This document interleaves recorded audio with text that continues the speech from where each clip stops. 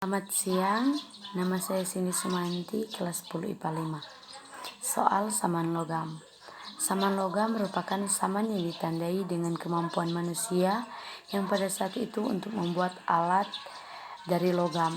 Kemampuan manusia untuk membuat alat-alat dan benda-benda dari logam menunjukkan bahwa kebudayaan manusia berkembang beda dibandingkan dengan pada zaman batu.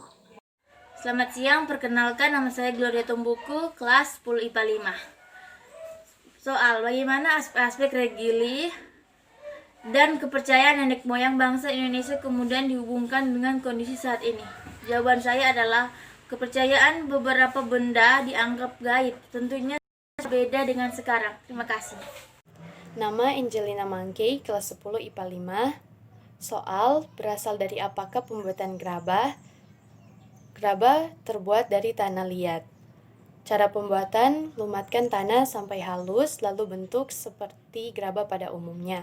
Kemudian keringkan gerabah atau bakar di tempat pembakaran. Proses selanjutnya, mengecat sesuai keinginan. Perkenalkan, nama saya Maranatha Kusuma dari kelas 10 IPA 5. Di sini saya akan menjelaskan contoh-contoh hasil kebudayaan manusia purba di Indonesia pada zaman Paleolitikum, Mesolitikum. Hasil budaya zaman Paleolitikum. 1. Kebudayaan Pacitan. Alat-alat tersebut berbentuk kapak, yakni kapak perimbas. Karena tidak memakai tangkai, maka disebut kapak genggam. 2. Kebudayaan Ngandong. Alat-alat ini untuk menorek ubi dan keladi dari dalam tanah. Hasil budaya zaman Mesolitikum. 1. Keokkenmondingar, yaitu berupa bukit atau tumpukan karang dan siput yang tinggi dan panjang yang telah menjadi fosil. 2. Abrisauroch, gua-gua peninggalan. Selamat siang, Shalom.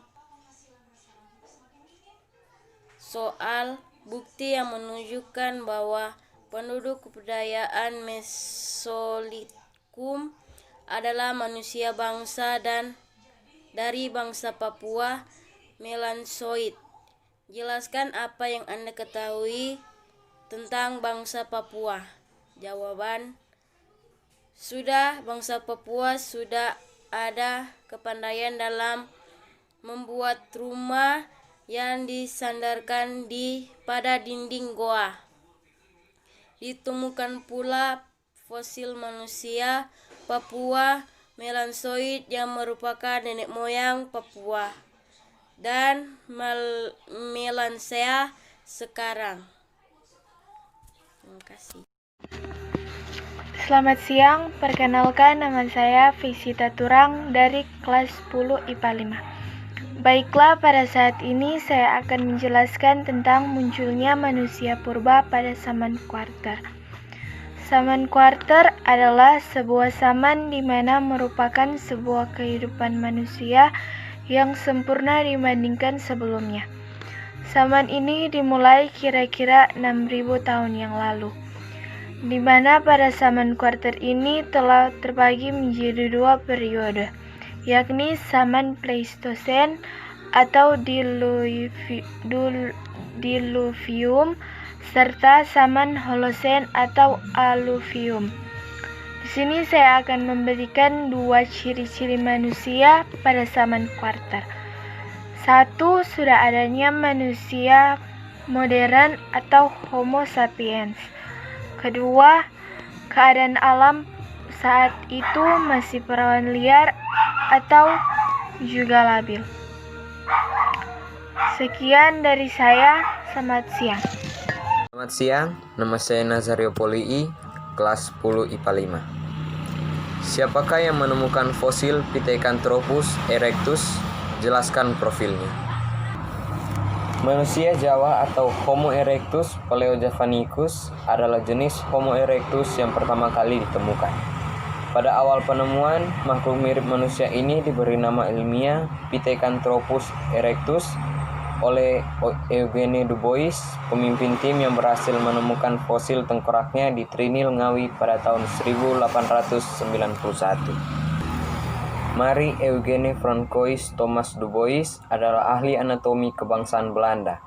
Lahir di Eijsden 28 Januari 1858 dan meninggal pada 16 Desember 1940 di Helen, Belanda. Ia menjadi terkenal saat menemukan sisa-sisa spesimen hominid yang berada di luar Eropa. Penemuan tersebut adalah di Pulau Jawa tahun 1891 yang kemudian dinamai Pithecanthropus erectus. Terima kasih. Selamat pagi Bu, perkenalkan nama saya Natalia Montung dari kelas X IPS 3. Saat ini saya akan menjawab soal yang Ibu berikan. Jelaskan perbedaan antara konsep nilai kegunaan dan aglomerasi. Berikan contoh. Perbedaannya adalah kalau konsep nilai kegunaan di setiap wilayahnya memiliki potensi berbeda-beda. Keberagaman potensi tersebut memiliki nilai guna yang berbeda pula. Karakteristik penduduk suatu wilayah dapat menentukan nilai guna suatu wilayah. Semakin banyak potensi yang dikembangkan, semakin meningkat pula nilai guna wilayahnya. Contohnya, laut memiliki nilai kegunaan bagi para nelayan sebagai sumber penghasilan. Sedangkan konsep aglomerasi berkaitan dengan pemusatan atau pengelompokan suatu fenomena di permukaan bumi.